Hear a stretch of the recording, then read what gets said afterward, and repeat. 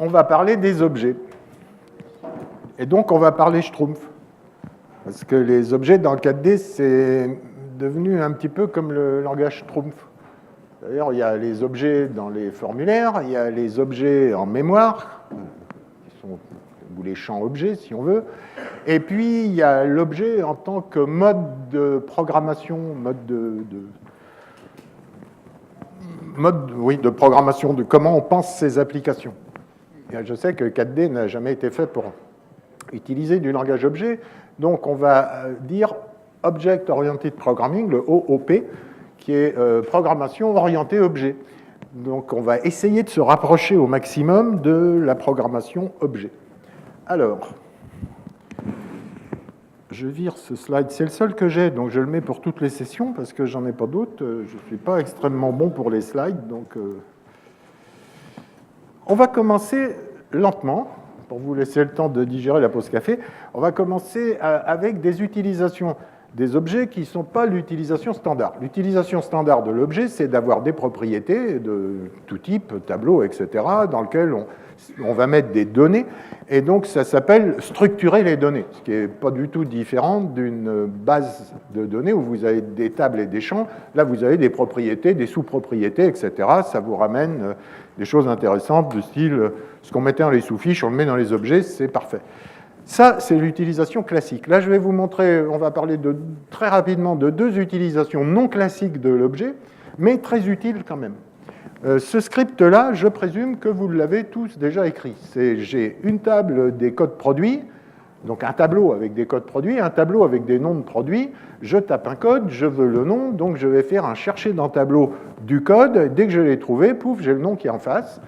Et ça, c'est le script que vous avez là-haut. La première partie, c'est comment on crée les tableaux, et puis la deuxième, bien sûr, c'est comment on va chercher dans le tableau. Ça s'appelle des tableaux indicés. C'est-à-dire que l'élément a une position qui est donnée par son numéro de position dans le tableau. Il existe un autre type de tableau que tous les développeurs JavaScript ou PHP connaissent très bien, qui est le tableau... j'ai perdu le nom. Enfin, c'est l'autre type de tableau. Excusez-moi, la fatigue commence à se faire un peu sentir. Bon, ça va... Comment ? Non, pas indexé, c'est ce qui est au-dessus, ça. Le associatif, voilà, merci, c'est l'associatif array. Le problème, c'est que je sors de l'anglais au français. Anglais-français, c'est un peu dur de switcher tout le temps, ou de commuter tout le temps. Donc, comment on fait ? En fait, on remplace les 6 premières lignes, là-haut, ou 7, par OB7, c'est-à-dire qu'on va créer un objet où les propriétés, ça sera le code, et où la valeur associée à ces propriétés, ça sera le nom. Donc, dans ce cas-là, on n'a pas besoin de toutes les lignes qui sont en haut, puisqu'il suffit de faire un OB7. Si ça n'existe pas, c'est créé, et si ça existe déjà, c'est remplacé. Donc, on n'a pas besoin de tester l'unicité. Et puis, comment on va faire pour chercher ? On va utiliser la deuxième ligne ici, qui est le OBGET. Donc, on va donner un nom de propriété, qui est le code, et paf, on va avoir le nom tout de suite. Alors vous allez me dire, bon, c'est pareil, que la recherche soit faite par 4D ou pas par 4D. Déjà, c'est plus clair à lire comme ça, et puis ensuite, ça va beaucoup plus vite pour les gros tableaux. Pourquoi ? Parce que dans un objet, en interne, 4D, comme tous les langages objets, comme JavaScript, en interne, quand il a un objet qui a beaucoup de propriétés, il crée ce qu'on appelle une hash table, c'est-à-dire un genre de index qui suit une fonction de hash. Alors une fonction de hash, pour ceux qui ne savent pas, c'est très simple. On prend un nom, on prend n'importe quoi, un texte, tout ce qu'on a, on prend une image, on prend ce qu'on veut, mais si on prend l'exemple d'un texte, on va s'inventer une fonction qui va remplacer ce texte par un nombre quelconque. Par exemple, on va dire, je fais la somme des codes ASCII et je prends modulo 1000. Pouf. Donc ça nous renvoie une valeur, et puis cette valeur, on va s'en servir comme index pour trouver plus facilement la propriété. Et donc c'est extrêmement rapide, ce qui fait que le OBGET est beaucoup plus rapide que le chercher dans le tableau. Grâce à cet index, qui est cet index interne, cet index de hash, qui est en fait un genre d'arbre en interne. Donc ça, c'est une première chose qu'on peut faire avec les objets, enfin une chose qui n'est pas l'utilisation classique de l'objet. Deuxième chose qui n'est pas une utilisation classique de l'objet, mais alors qu'est-ce que c'est bien ? C'est quand vous avez créé vos méthodes génériques, vous avez créé une méthode générique qui fait quelque chose et qui accepte, par exemple, 4 paramètres. Vous l'avez utilisé 27 000 fois dans votre base, vous êtes très content, ça marche bien, sauf que pour une utilisation spéciale, un peu différente, il vous faut rajouter un 5e paramètre. Donc vous rajoutez un 5e paramètre, et pour éviter de modifier les 27 000 appels à la méthode, vous allez utiliser le if count parameters, donc si nombre de paramètres, je crois en français, est plus grand que 4, alors on fait ça. Puis là, pour une autre utilisation, vous avez besoin d'un autre paramètre. Et là, vous êtes mal. Parce qu'il va falloir vérifier le cas où, ah, oui, mais là, je n'ai pas le 5e paramètre, mais j'ai besoin du 6e, il faut que je passe le 5e à vide, il faut que je me souvienne si c'est une chaîne, un numérique et tout. Ça devient... Bon. Quand on arrive au 47e paramètre, vous voyez que c'est un petit peu difficile. Pourquoi? Parce que le paramètre est récupéré par la procédure appelée, par sa position. Et chaque fois que vous allez travailler avec des positions, c'est compliqué. Donc on va travailler avec des noms, c'est-à-dire qu'au lieu de passer plein de paramètres, on va passer un objet. Et cet objet, on va lui mettre des propriétés, et on va récupérer les propriétés par leur nom. D'abord, c'est beaucoup plus lisible dans le code. Ensuite, il n'y a pas de problème de si c'est le 3e, le 5e ou le 12e, on s'en fout. Et surtout, ça nous permet d'appliquer une règle très simple, mais qui soulage beaucoup la programmation, qui est quand je connais quelque chose, je le mets, et quand j'ai besoin de quelque chose, je le demande. Voilà, c'est simple. When you know it, you put it. When you need it, you get it. Vous voyez, c'est extrêmement simple. Ça fait que c'est pas grave si vous avez passé 40 paramètres, mais que la fonction appelée en a besoin de 3, pourvu qu'il soit dans les 40. Et un objet, même s'il a 400 paramètres, on s'en fout, puisque quand vous le passez comme paramètre à une fonction, il n'est pas dupliqué, il est ref-counté. Donc en fait, vous passez une référence sur l'objet de départ. Il n'y a que si vous le modifiez qu'il va être dupliqué, mais tant que vous ne le modifiez pas, c'est juste une référence, donc c'est extrêmement rapide en passage de paramètres. Et ça vous soulage la vie, vous ne pouvez pas savoir. Depuis qu'on a les objets, tout ce que j'écris, moi, il y a un ou deux ou trois, il y a quand même quelques paramètres que je mets par nostalgie, on pourrait dire, mais les autres, je les passe tout dans l'objet. Donc ça, c'est des utilisations, on pourrait dire, un petit peu différentes de l'utilisation standard. Maintenant, si on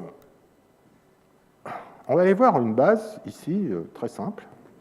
Voilà, il y a des objets que j'ai récupérés d'une base qu'avait fait Add. Ici, c'est... Vous avez l'objet ici, en haut à gauche, sous la forme texte, et vous l'avez sous la forme objet.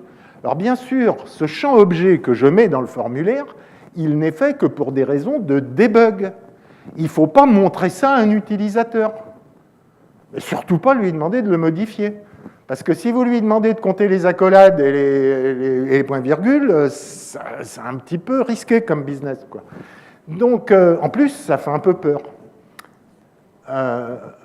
Il y a quelques rares individus qui arrivent à lire ça et à l'écrire directement, mais bon, à part Laurent Hainaut, Laurent Ribardière et peut-être toi, il n'y en a pas beaucoup, quoi. Moi je ne fais pas ça. Donc ce que j'ai fait, c'est que dans cette base exemple qui est sur votre clé, vous verrez qu'on peut représenter l'objet, par exemple, sous forme d'un texte. Ici, c'est un texte stylé, donc vous pouvez changer les styles comme vous voulez. Vous pouvez le représenter sous forme d'une liste hiérarchique. Alors le texte a un avantage, c'est vous pouvez le styler comme vous voulez, donc c'est joli. Par contre, on ne va pas s'amuser à saisir dans le texte, parce que pour récupérer l'objet après, bonjour. Donc, on peut utiliser une liste hiérarchique, ce qui permet de replier les trucs et tout ça, voire une liste hiérarchique avec image, pourquoi pas, mais elle n'est pas saisissable et elle n'est pas stylable. Ou alors, on va utiliser une listbox, et voir une listbox avec des petits boutons en bas qui vont permettre d'agir sur cette listbox, par exemple de montrer les zones comme ça. Et la listbox a plusieurs avantages. Elle est saisissable. C'est une listbox non hiérarchique, c'est-à-dire qu'en fait, ça n'est pas une listbox hiérarchique, parce qu'on ne peut pas utiliser une listbox hiérarchique, puisqu'on ne connaît pas la profondeur maximum. Une listbox hiérarchique, c'est parfait quand toutes vos données ont une profondeur maximum et qui soit la même. Ici, ce n'est pas le cas. Donc, en fait, c'est une listbox normale avec ici un tableau d'images où, quand on clique, par procédure, on replie, on ouvre, on fait ce qu'on veut, quoi. Donc, je vais vous montrer comment ça marche maintenant, techniquement. Donc, techniquement. Alors, c'est très simple, vous allez voir, vous pouvez utiliser ça un peu partout. Ça, c'est pas ça, ça, c'est ça. Voilà, ici, c'est un texte normal. Ici, vous avez un script. Vous lancez ça comme ça, vous allez voir que c'est assez facile. Vous cliquez sur le bouton et pouf, vous avez le texte. Et comment vous appelez ça? Bon, en fait, c'est simple. Il y a juste ici... pardon, je me suis trompé de bouton. Voilà, il y a un OB set object to text. Bon, la méthode, elle est un peu compliquée, mais vous en foutez, vous pouvez l'utiliser directement. Vous pouvez aller voir aussi comment elle est, puis la modifier, l'adapter, mais vous voyez que ce n'est pas très compliqué comme bouton. Vous pouvez aussi, bien sûr, au lieu d'utiliser un texte, utiliser une liste hiérarchique, donc même principe, sauf que ici, le script, c'est OB set object to list. Vous voyez qu'il n'y a pas beaucoup de choses compliquées. Alors maintenant, celle qui est un petit peu plus compliquée, bien sûr, c'est la list box. Alors la list box, on va la faire tourner ici, voilà, on va aller chercher un bel objet bien joufflu, voilà, et vous voyez qu'on a une list box où on peut effectivement aller replier des trucs comme ça, on peut aller déplacer, dire je ne veux pas que le nom soit en premier, mais je veux qu'il soit là, on peut saisir, on peut éditer, par exemple, je voudrais éditer ce tableau, là, donc je vais faire un... edit, non, ça c'est rename, ça c'est edit le tableau. Là, bien sûr, quand on veut éditer un tableau, vous savez, on prend une zone de texte, c'est beaucoup plus facile. Et puis ensuite, on fait OK, et pouf, le tableau s'est mis à jour. Donc là, on a un outil qui permet effectivement à un utilisateur final de saisir, de créer des champs, de les déplacer, de les supprimer, de les renommer, de faire tout ce qu'il veut. Donc ça, c'est nécessaire dans le cas où vous utilisez le champ objet comme une extension de la table pour des champs que vous n'avez pas prévus au départ, mais que l'utilisateur vous demande. Il dit, ah ben moi, dans mon fichier client, je voudrais bien mettre le nombre de chiens qu'il a avec les prénoms des chiens et la date de naissance, de façon à pouvoir envoyer un os à l'anniversaire du chien. Donc, ou alors ses numéros de voiture, ou alors, on ne sait jamais, on peut demander plein de choses. Vous savez, vous avez des clients, donc je présume que vous êtes habitué à ce genre de demande. Et ça, l'avantage, c'est que là, vous leur mettez un champ comme ça, il est vide, et puis le client, il rajoute ce qu'il veut. Et après, bien sûr, c'est très bien géré. Vous avez vu la démo ce matin qu'on a faite avec la base Flight de Olivier. C'est quand même assez flashy. Alors maintenant, une autre chose, on va faire tout ça assez rapidement là-dessus. Vous voyez, ici, j'ai deux listes avec deux barres d'outils. Et ça, on va pouvoir l'utiliser. Ah, pardon. Quoi déjà le bordel là ? Il faut que je change de prothèse, excusez-moi. Voilà. Donc, opérateur en object, le voilà, et on le fait tourner. Donc ici, je charge un objet, ici, je charge un autre objet, et puis, par exemple, je vais faire un find in object, chercher dans l'objet qui contient n'importe où, qui contient Smith. Et hop, j'ai tout ce qui contient Smith, aussi bien dans les propriétés que dans les noms de propriétés que dans les valeurs. Donc, ce n'est pas aussi simple que ça peut le paraître, parce que cet objet, il contient des scalaires, il contient des tableaux, mais il contient aussi un tableau d'objets qui lui-même contient un tableau d'objets ou contient des tableaux. Vous voyez que c'est une structure qui est un peu compliquée. Donc, effectivement, la recherche, ce n'est pas quelque chose de trivial. C'est un peu plus compliqué que de trouver A dans le mot papa. Mais tout ça, c'est fait là-dedans. Vous avez la comparaison, l'addition d'un objet à un objet, soustraction, reorder, qui est donc trier l'objet soit par les propriétés, soit trier les tableaux dans l'objet. Il faut bien voir que toutes ces opérations, il va falloir que vous les ajustiez à vos besoins. Qu'est-ce que c'est qu'ajouter un objet à un objet? C'est pas simple, c'est pas trivial. Parce que imaginez que j'ai un champ dans mon premier objet qui s'appelle chien, et qui contient une liste de chiens, qui est donc un tableau. Puis dans le deuxième objet, j'ai un champ qui s'appelle chien et qui contient un nom. Qu'est-ce que je fais quand je les rajoute? J'ignore le deuxième, je remplace le premier, je rajoute le nom dans le tableau, je change le nom de la propriété pour faire chien 2 et mettre la propriété. Vous voyez, c'est quelque chose, il faut y réfléchir. Ce n'est pas aussi simple que de faire 2 plus 2. On ajoute des objets complexes, donc les opérations d'ajout deviennent complexes. Les opérations de recherche deviennent aussi complexes. Je cherche dans ma table les enfants, les clients qui ont un enfant qui s'appelle Pierre et qui a moins de 15 ans. Ben, je vais trouver les enfants qui s'appellent Pierre et les enfants qui ont moins de 15 ans. Mais je ne vais pas forcément trouver l'enfant qui s'appelle Pierre et qui a moins de 15 ans. Donc on avait le même problème avec les sous-fiches, vous vous souvenez de ça. Par contre, pour la soustraction, je voudrais faire apparaître ça dans un troisième objet. Donc ici, je suis obligé de rajouter une troisième liste. Alors, on va faire un petit peu de magie, Mimosa n'est pas là, mais je vais le remplacer en 2 secondes, donc rien dans les mains, rien dans les poches. Lequel est-ce que vous voulez que je duplique, le 1 ou le 2? Le 1. On va dupliquer le 1. Hop, dupliquer le 1. Voilà, on va le mettre là. Maintenant, il nous faut une barre de contrôle. Laquelle je duplique, la 1 ou la 2? Bah, la 2, bah oui, évidemment. Autrement, ça serait... Je m'y attendais, vous ne pouvez pas savoir. Voilà. Maintenant, on va faire la programmation qu'il faut pour lier cet objet à cet objet. Attention, regardez bien. C'est fait. Et on y va, on fait tourner tout ça. Et donc, j'ai bien ça qui commande ça, ça qui commande ça, et ça qui commande ça. Et la preuve, c'est que si je change la couleur ici, bah, je vais voir celle-ci qui fonctionne. Pratique. C'est objet. On n'a pas beaucoup changé de code. Non. C'est ça l'avantage de l'objet. C'est que la programmation objet, vous allez construire des briques, un petit peu comme du Lego, et après vous allez... je ne sais pas moi, quand vous donnez un jeu de Lego à votre gamin, est-ce qu'il vous a déjà demandé si le polycarbonate qui est utilisé a été démoulé avec du bisphénol A? Il s'en fout, il prend les briques, il les emboîte et puis c'est tout. D'accord? Là aussi, en programmation de groupe en particulier, c'est très important de pouvoir dire à quelqu'un, écoute, tu vois cette liste-là, il faut qu'il y ait une barre, il faut qu'il y ait une liste, et là, pour les associer, c'est très simple. Il faut que, c'est 4D qui l'a fait là pour moi, mais il faut que ici, cette liste, elle s'appelle, pardon, on va changer son nom, on va regarder son nom, cette liste, elle s'appelle objet LB1. Cette liste, elle s'appelle objet LB2. Donc, quand je la duplique, n'importe laquelle des deux, 4D va me rappeler l'autre, objet LB3, tout seul. Donc, ensuite, je prends une des deux barres, n'importe laquelle, je vais la dupliquer. Comment elle s'appelle, la barre? Ah ben, à mon avis, elle va finir par pareil, button bar 1. Donc, l'autre, c'est button bar 2, donc celle-ci devient button bar 3. Que fait la barre quand on clique sur un bouton? La première chose qu'elle fait, c'est qu'elle dit « Qui suis-je » Éternelle question que l'homme s'est posée depuis la nuit des temps, et que la barre de bouton se pose à son tour. Et elle regarde son nom, et dans son nom, elle voit « Ah, je finis par 3, donc il faut que je parle à une liste qui s'appelle 3. » Et donc, elle reconstruit le nom de la liste, sachant que c'est obj list 3. Et elle va s'adresser à la liste qui s'appelle comme ça. On travaille avec les noms. Et ça, travailler avec les noms, vous allez voir le pouvoir que ça a, c'est extrêmement puissant.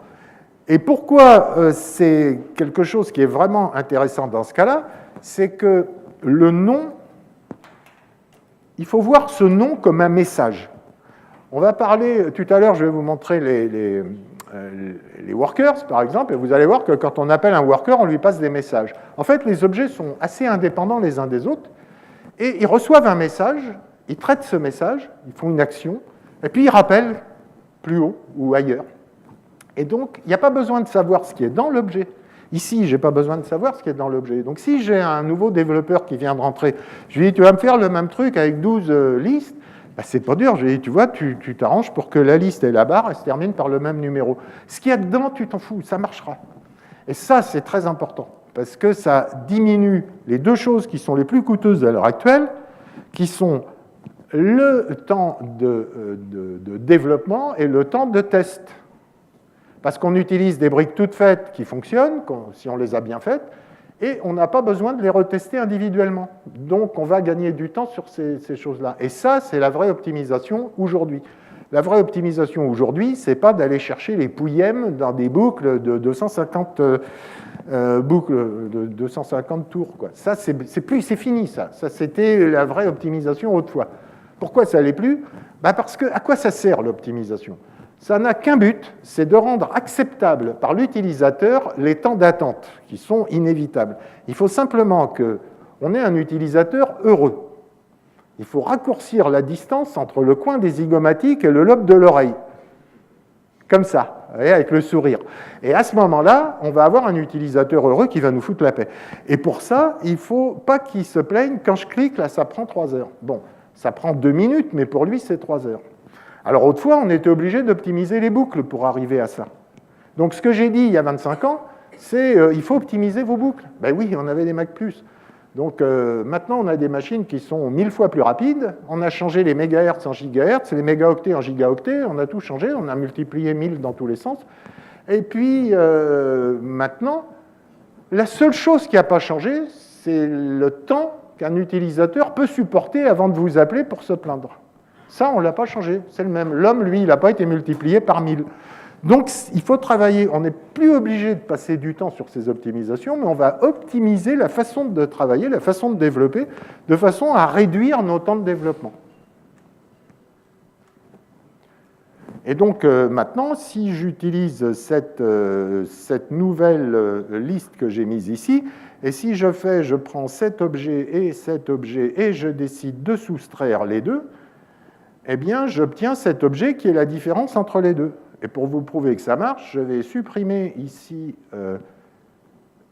non, c'est pas rename, c'est delete, voilà, remove, je vais supprimer âge, et je vais refaire la soustraction, et maintenant, âge, il est là. Bah oui, puisqu'il n'était plus dans le deuxième, donc il se retrouve dans la différence entre les deux. OK? Avez-vous des questions avant qu'on change d'exemple?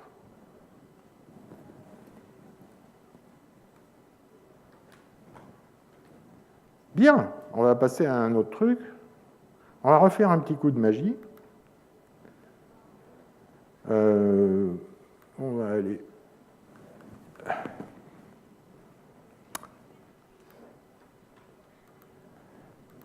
Ici, j'ai fait un explorateur, un browser, si vous voulez, de données.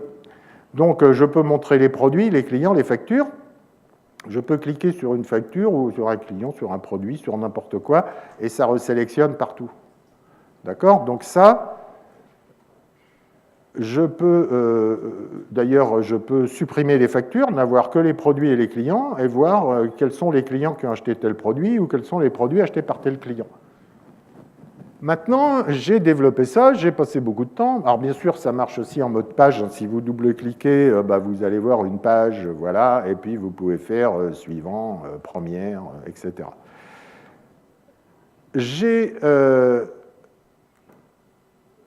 Mon client me dit, oui, mais ça ne va pas, je voudrais aussi voir la table des familles de produits. Bon, donc je vais lui montrer sa table de famille de produits. On va le faire ensemble. Donc, je vais aller chercher... Je vais aller chercher l'explorateur qui est là. Je vais prendre un bouton comme celui-ci, ou celui-ci si vous préférez. Moi, je m'en fous. Hein. On va prendre celui-là. Tiens. On va le dupliquer. On va le mettre ici.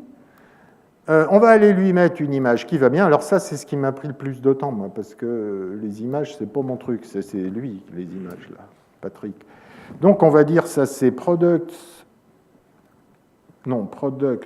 underscore families. Je mets ça parce que j'ai déjà nommé l'image comme ça, families.png. Voilà, c'est ça, normalement, ça devrait le faire, et ça le fait. Vous avez vu la qualité de l'image. Et ici, c'était selector client, donc je vais mettre selector, et je vais appeler ça product underscore families. Voilà, ça c'est juste pour que ça fasse joli. Vaut mieux être cohérent dans ce qu'on fait. Maintenant, il s'agit de faire tout le script qu'il faut pour que ce bouton product families montre les familles de produits. Attention, hop, c'est fait. Donc, on y va. On va faire tourner ça. Explorer. Et maintenant, si je clique là, ah oui, j'ai bien les familles de produits. Et évidemment, ça marche, puisque si lui, il est resté comme ça, on va le mettre comme ça. Si je vais chercher un produit, je vois bien que sa famille est là. Si je clique sur une famille, si je clique ici, si je clique sur une facture, vous voyez, tout ça, ça fonctionne d'un seul coup. Et il y a eu 0 programmation. C'est ça le but. Alors, comment ça s'est fait ? C'est pas simple.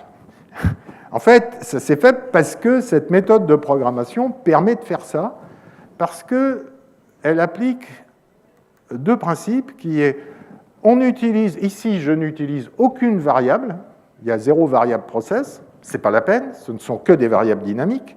Bien sûr, vous pouvez utiliser des variables process, vous n'êtes pas obligé d'être autant taliban que je le suis, mais dans ce cas-là, j'ai voulu vous faire montrer qu'on peut faire tout ça sans utiliser une seule variable. Qu'est-ce qui se passe quand je vais cliquer sur ce bouton? Donc ça, c'est un principe, c'est le premier principe. Et le deuxième, c'est chaque objet, chaque méthode doit être le plus myope possible. Il faut que l'objet ou la méthode doit faire le strict minimum. C'est le principe de la paresse maximum. Il ne doit pas aller plus loin que la stricte action qui est utile dans ce cas-là. C'est un peu comme quand on marche dans les rues de Paris, c'est ce que je dis tout le temps, c'est si on regarde la ligne bleue des Vosges, on va marcher dans les crottes de chien. Donc, pour éviter de marcher dans les crottes de chien, on va regarder à ses pieds quand on marche. Bon, maintenant, ils font plus ça, ils ont un œil sur le portable, et l'autre œil sert à éviter les crottes de chien. C'est comme ça que ça fonctionne. Donc, les objets, c'est la même chose. Il ne faut pas que les méthodes... Il faut oublier les vieux trucs de la belle méthode grosse comme ça qui fait tout. C'est fini. Je vous donne un exemple. Donc, ici, on va aller voir que fait cet objet. Ben, la première chose que fait cet objet, c'est d'aller récupérer son nom. C'est pour ça qu'il fait de l'introspection. Il se regarde le nombril, il dit « Comment je m'appelle ?» Puis, dans le nom, il vire « Selector ». Ça, c'est le nom générique de tous ces boutons qui permettent de sélectionner. Il va enlever Selector, il va enlever le dernier underscore, et il va se retrouver avec le nom de la table. Donc maintenant, on a un nom de table. Eh bien, ça aussi, c'est un grand principe, on ne passe plus que par les noms. Alors pourquoi il faut passer par les noms? Il y a plein de raisons. Il y a plein de raisons. La première raison, c'est parce que c'est plus facile à lire pour vous. Il n'y en a pas un seul d'entre vous qui est capable de me dire quel est le nom de la table 96 de son application. Alors que je suis sûr que vous pouvez me dire que vous avez une table client ou une table facture. Ça, vous le savez. Mais vous ne savez pas si c'est la 23e ou la 72e. Donc, ça n'a pas d'intérêt d'avoir des numéros. La deuxième grande raison, c'est que tous les autres langages, sauf 4D, utilisent des noms. Donc, dès que vous vous adresserez à du SQL, dès que vous vous adresserez à du JavaScript, à du PHP, à tout ce que vous voulez, il faudra un nom. Quand on fait une requête SQL, on fait select from client, on ne fait pas select from table 23. Vous voyez? Donc, tout ça, c'est comme ça. Donc, on va s'adresser au nom de la table et on va aller dire, OK, va m'explorer cette table. Et ici, on commence. Alors, le premier objet, c'est un petit peu dur de le faire parce qu'il y a beaucoup de choses à développer. Puis ensuite, on fait beaucoup de copier-coller, donc ça va de plus en plus vite. Vous verrez qu'au bout de très peu de temps, vous créez un objet, vous dupliquez un objet, modifiez un petit peu le code, et paf, vous avez un nouvel objet, et ça va très très très vite. Là, la première chose qu'on va faire, c'est d'aller chercher le pointeur sur la table par son nom. Et cette méthode, elle est ultra simple, c'est une petite boucle qui balaye tous les noms de table et puis qui vous ressort un pointeur dès qu'il a trouvé le nom qu'on recherche. Alors là aussi, vous allez me dire, c'est pas du tout optimisé parce qu'on pourrait garder les pointeurs et les noms dans des tableaux. On s'en fout. On s'en fout. On s'en fout. Je veux dire, vous avez quoi, 1000 tables? Qui a 1000 tables ici? Personne. Donc vous voyez, même 1000 tables, une boucle dans 4D pour aller chercher un texte dans 1000 éléments de tableau, à notre époque, avec les machines qu'on a, c'est absolument, ça se mesure en picosecondes ou en nanosecondes, on s'en fout, quoi. De dire, ça n'a aucune importance. Bon, l'autre argument, c'est de dire, oui, mais ça fait travailler 4D pour rien. Et alors?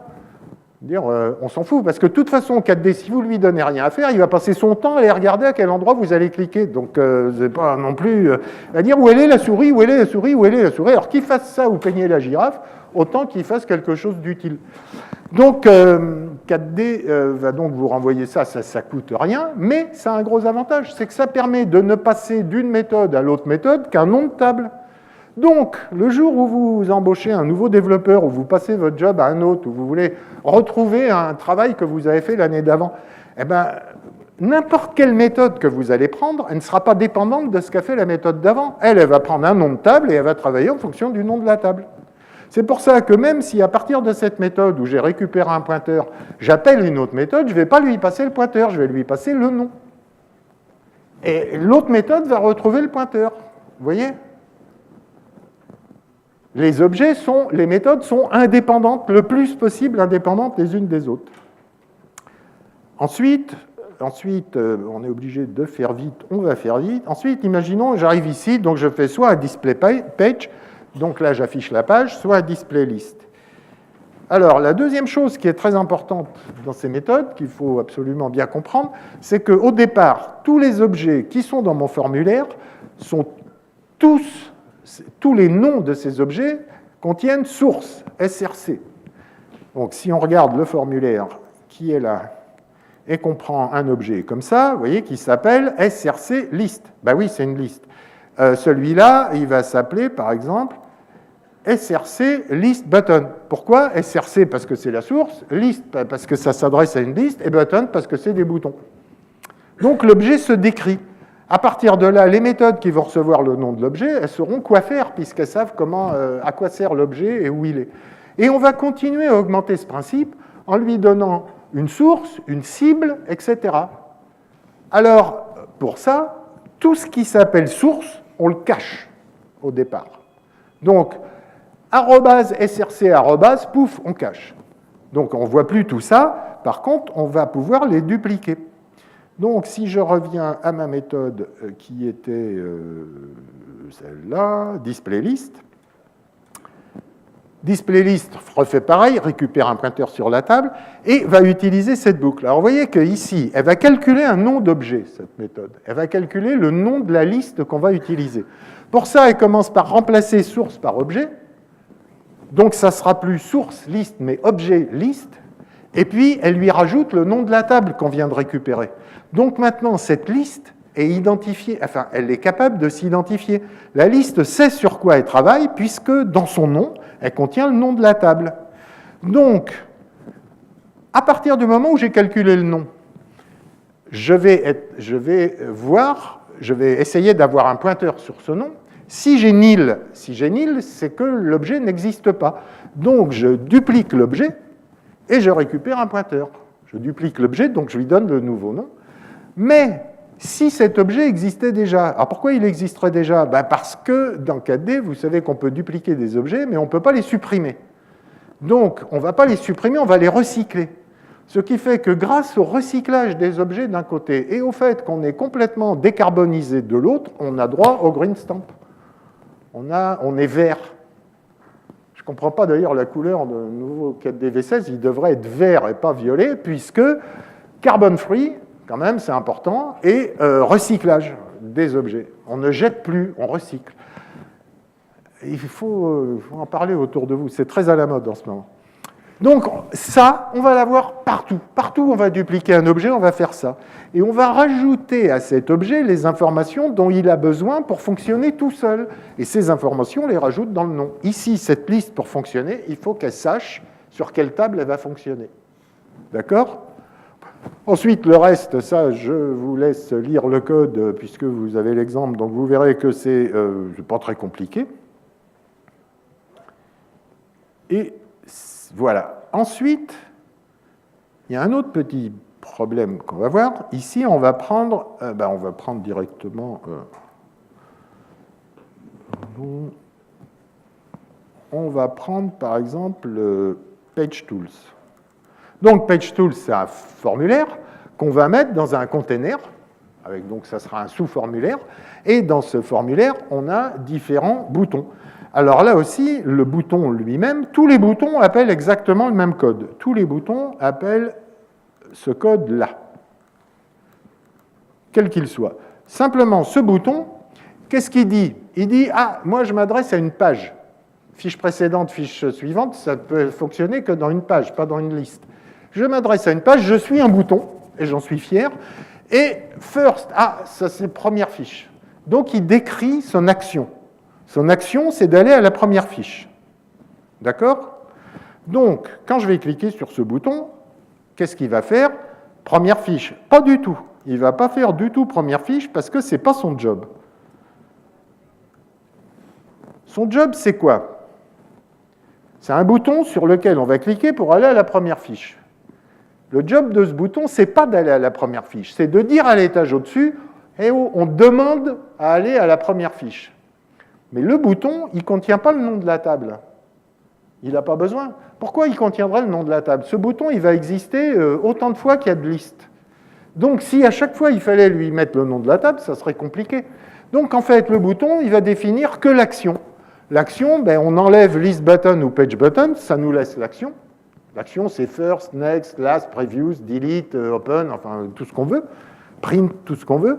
Et on a donc le nom de l'action qui est là. Et vous savez que quand on crée un container dans 4D pour mettre un sous-formulaire, ce container est toujours associé à une variable qui peut être un objet, un texte, ce que vous voulez. 4D associe au container une variable qui porte le même nom. Ce n'est pas obligé qu'il y ait un nom de variable. Ça peut être une variable dynamique. Ici, il n'y a pas de nom de variable. Le container, il ne s'appelle pas mon container. Non, il a juste un nom d'objet. C'est une variable dynamique. Mais ça marche pareil. Donc, on va mettre dans cette variable, on va récupérer, vous voyez, getPointer sur object subform container. Ben oui, là, on est en train de fonctionner au niveau, on est dans le contexte du sous-formulaire. Donc, il faut appeler le niveau au-dessus, qui est le niveau du formulaire. Pour ça, on va aller chercher le nom du container, le nom du container, le pointeur sur le container. Ce pointeur dépointé, on lui met l'action dedans, donc on a mis dans la variable l'action qu'on voulait mettre. On pourrait mettre un truc très complexe qui est un objet, mais ce n'est pas la peine, ici, c'est juste un texte. Et on appelle le subform container en lui passant un événement négatif, parce qu'on ne veut pas se battre avec 4D sur les numéros d'événements, donc on lui passe moins 100, moins 1000, tout ce que... Moi je mets moins 100, Olivier met moins 1000. On s'est engueulé souvent à ce sujet-là, mais bon, on s'en fout. Donc, le bouton fait ça, il appelle le container. La seule chose qu'il dit au container, c'est il faudra que tu ailles à la première fiche. Mais la première fiche de quoi? Ah ben là, donc, maintenant, on va tomber au niveau du formulaire. Donc, au niveau du formulaire, on a ici le container, on va chercher le script de ce container, et le script du container, vous voyez, c'est pas très compliqué. Lui, il va aller chercher son nom. Là, tout à l'heure, c'était subform container, mais maintenant, c'est object current. Bien sûr, puisque c'est l'objet courant maintenant. On est au niveau du formulaire. L'objet courant, il va récupérer la valeur dans la variable qui correspond à ça. Donc, il sait que l'action à faire, c'est first. Et il va appeler une méthode qui est exec, méthode on toolbar, bien sûr. Et exec méthode on toolbar, elle a récupéré le nom du formulaire, le nom du container. Et dans le nom du container, il y a le nom de la table. Donc maintenant, on vient de récupérer l'action. Il faut aller à la première fiche. Ça se passe dans le container qui est associé à la table client. Donc on va faire première fiche client. Et là, vous avez la longue liste de toutes les actions que vous pouvez faire. Et donc, là, vous effectuez la vraie action à ce niveau-là. Et par exemple, si c'est première fiche, je vais à la première fiche. Il faut que je désactive les boutons fiche précédente et première fiche, puisqu'on y est déjà à la première fiche. Donc là, je pourrais désactiver les boutons. Et non, ce n'est pas mon job. Je regarde mes pieds. Moi, on m'a dit de faire la recherche, je fais la recherche. Et maintenant, affiche-moi tout ça. Et l'affichage va tenir compte de l'état actuel de l'enregistrement par rapport aux autres enregistrements. Il va tenir compte de l'état actuel du système. Il ne va pas tenir compte de la stratégie qui a été utilisée avant. Vous voyez ce que je veux dire? Pourquoi est-ce qu'on se fait battre par les programmes informatiques comme AlphaGo ou Deep Blue ou tout ça? On se fait battre parce que l'homme, lui, il a une stratégie et il pense que l'opposant a une stratégie. Et il essaie de comprendre sa stratégie et il se dit « Oh, tout à l'heure, il a mis la tour là, puis il a mis la reine là, il veut sûrement faire ça, puis mettre le cheval ici. » Il infère, il imagine, il suppose. Alors que Deep Blue ou AlphaGo, ils ne supposent pas. Ils prennent l'échiquier et ils disent « Bon, voilà ce que j'ai comme pièce, qu'est-ce qu'il faut que je fasse ?» Et bien là, c'est pareil. On dit « Voilà ce que j'ai, la fiche courante et la fiche à son numéro dans sélection à 1. Donc, c'est la première fiche. Donc, je vais désactiver les boutons. En fait, je ne vais pas désactiver les boutons. Je vais rappeler la barre de boutons qui, elle, va se désactiver. Vous voyez le principe? Chaque objet fait des actions très limitées à ce qu'il doit faire, ce qui permet de les emboîter les uns les autres. Imaginez que vous ayez des briques de Lego qui, au lieu d'être des petites briques cubiques là, ou parallélépipédiques, Imaginez que vous ayez des briques de Lego du style voiture, avion, robot. Comment vous allez faire pour les assembler pour faire un moulin à vent? Vous ne pourrez pas. Alors que si vous utilisez des petites briques, vous pouvez les réassembler pour faire tout ce que vous voulez. Si elles sont suffisamment petites. Si c'est des briques comme ça, vous ne pourrez pas. Donc il faut que chaque action, chaque objet, chaque action soit le plus limité possible, c'est-à-dire juste le strict minimum de ce qu'il doit faire. Prenez, je ne sais pas moi, un employé dans une mutuelle, par exemple. C'est tout à fait, il fait ce qu'il doit faire, point, c'est tout. Là, je suis un peu remonté contre eux parce que... Enfin, c'est une histoire personnelle, on ne va pas en parler, mais...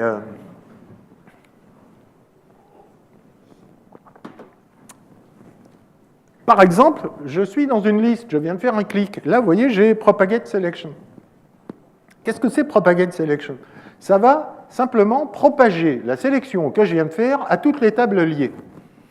Mais ce n'est pas moi qui suis responsable des liens. On est une grosse équipe de développement. Lui, il est responsable des liens. Lui, il est responsable des tables. Et lui, il est responsable d'autres choses. Et moi, je suis responsable de propager la sélection. Je ne vais pas aller lui demander, dis donc, tu n'as pas rajouté un lien tel jour ou tu n'as pas... Non, je m'en fous. Je prends l'état actuel.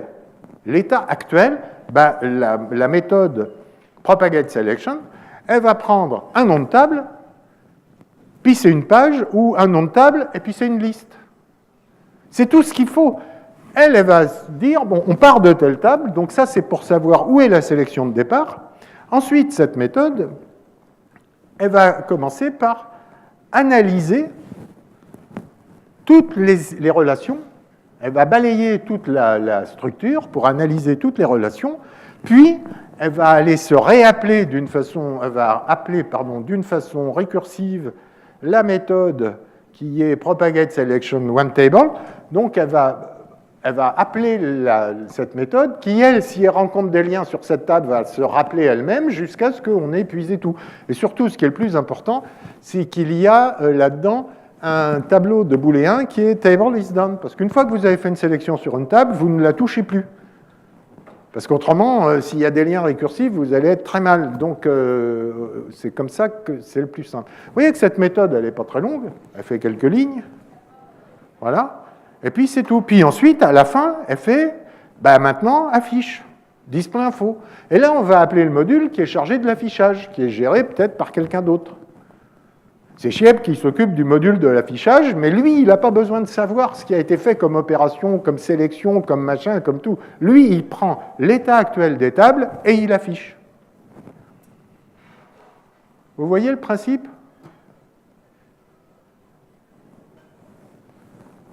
Ça vous parle? Bon, je suis désolé, on n'a pas plus de temps passé là-dessus. Donc, on va voir juste un dernier exemple qui est quand même important. Vous avez vu ce matin les workers à l'œuvre. Maintenant, on va soulever les jupons de l'application pour aller voir comment ça se fait dessous, quel est le moteur. Donc, vous avez vu ça, c'était ça. Bon, vous voyez ici, c'est un petit escargot, ça veut dire je suis en mode interprété, donc je ne vais pas vous faire la démo, ça va être trop long. En mode interprété, s'il y avait une fusée, ça sera en mode compilé. Vous voyez qu'ici, il y a 16 thermomètres. Chaque thermomètre correspond à un worker qu'on peut démarrer. Mais vous avez tous vu ça ce matin, on ne va pas le faire. Ici, j'ai le temps global, et puis ici, je peux démarrer en coopératif ou en préemptif. Là, dans tous les cas, je serai en coopératif puisque je suis en interprété. Après, si on a le temps, je vous le referai en compilé, mais c'est ça. Quand on clique sur les boîtes, ici en bas, on va appeler des workers. À chaque fois, ici, je vais lancer un nouveau worker qui va se mettre en attente. Vous voyez qu'ici, j'ai des numéros qui correspondent aux numéros de process. C'est-à-dire que le premier, c'était numéro 4, le deuxième que j'ai lancé, c'est le numéro 3. C'est le process numéro 3. Je les mets juste pour faire joli, parce que ça ne sert à rien. Mais simplement, c'est pour vous montrer qu'on peut aller chercher des numéros de worker comme on va chercher des numéros de process. Or, quelles sont les différences entre un process et un worker?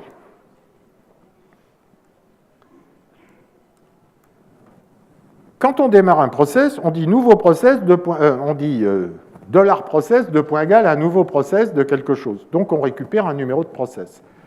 Ancienne méthode. On peut le faire aussi ici dans 4D, on peut se servir des process comme des workers, mais il vaut mieux se servir des workers maintenant pour plusieurs raisons.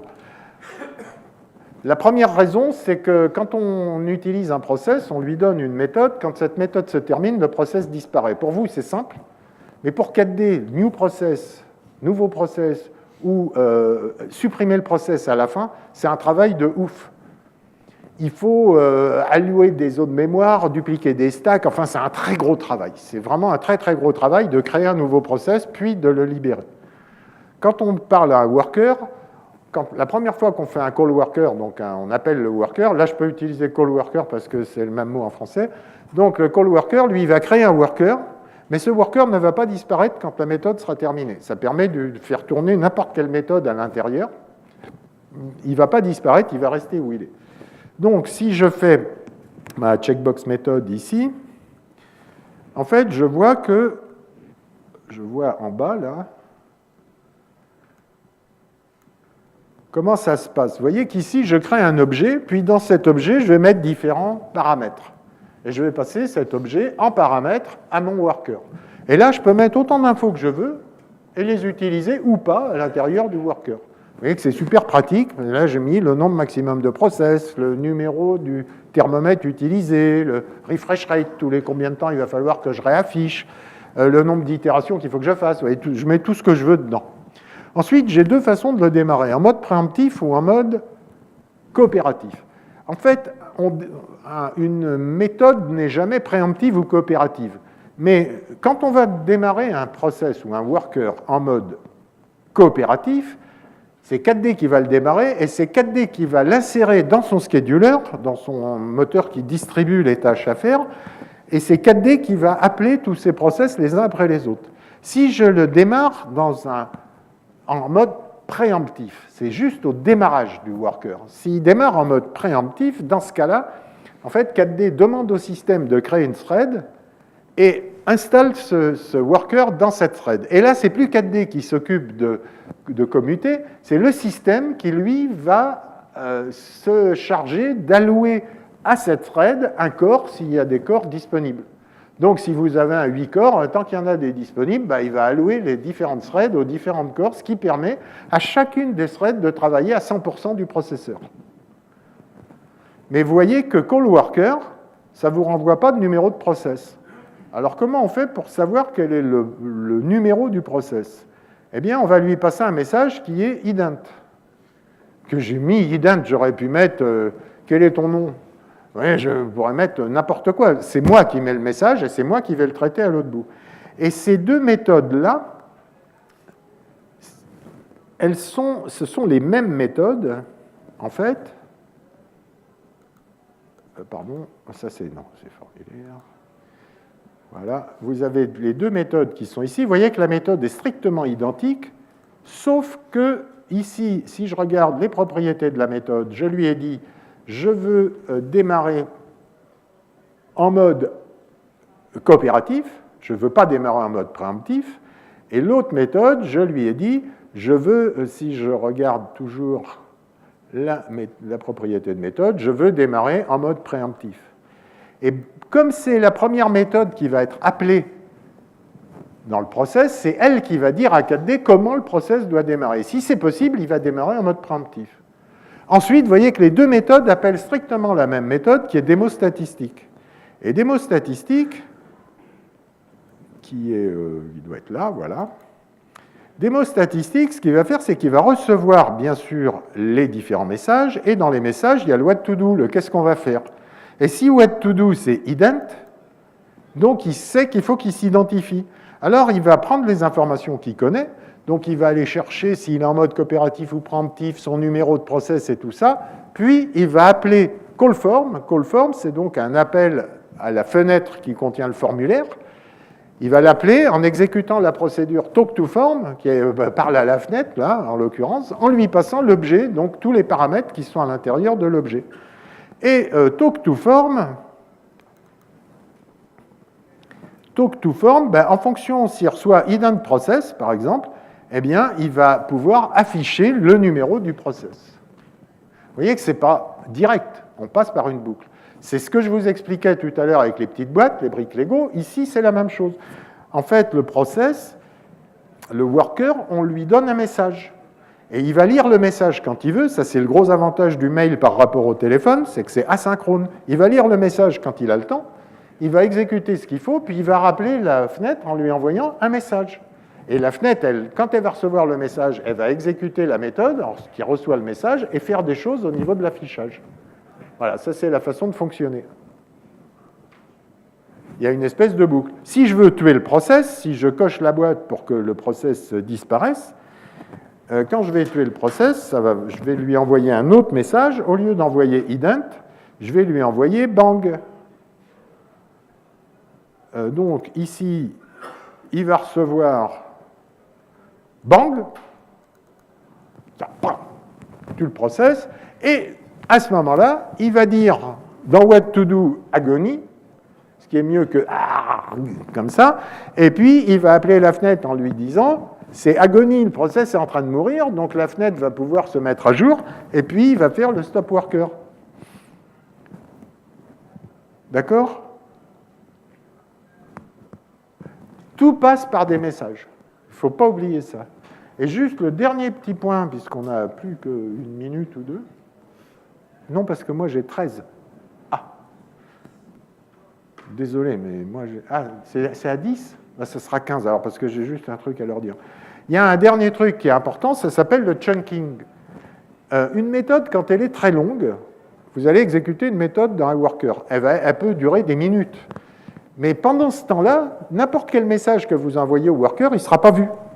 Puisque le worker, il est déjà en train de bosser. Et quand il aura fini de bosser, il va aller voir le prochain message. Mais si ça dure des minutes, ou voire des heures, vous ne pouvez plus l'interrompre.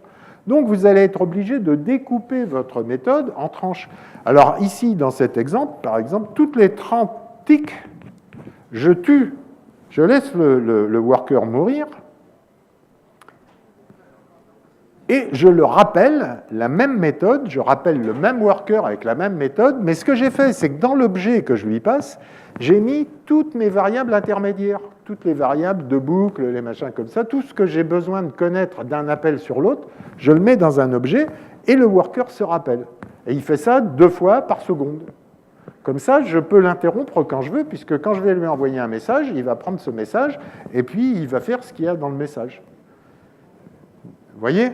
Et donc ça, ce chunking, en fait, c'est extrêmement rapide, c'est pas très compliqué, mais c'est très difficile à faire avec des boucles for, donc il va falloir remplacer les boucles en français, ou for en anglais, par des repeat until, des répétés jusqu'à, parce que ça, c'est beaucoup plus facile de l'interrompre, de mettre un flag en bas, de l'interrompre, et puis de re-rentrer dedans, enfin de faire ce que vous voulez.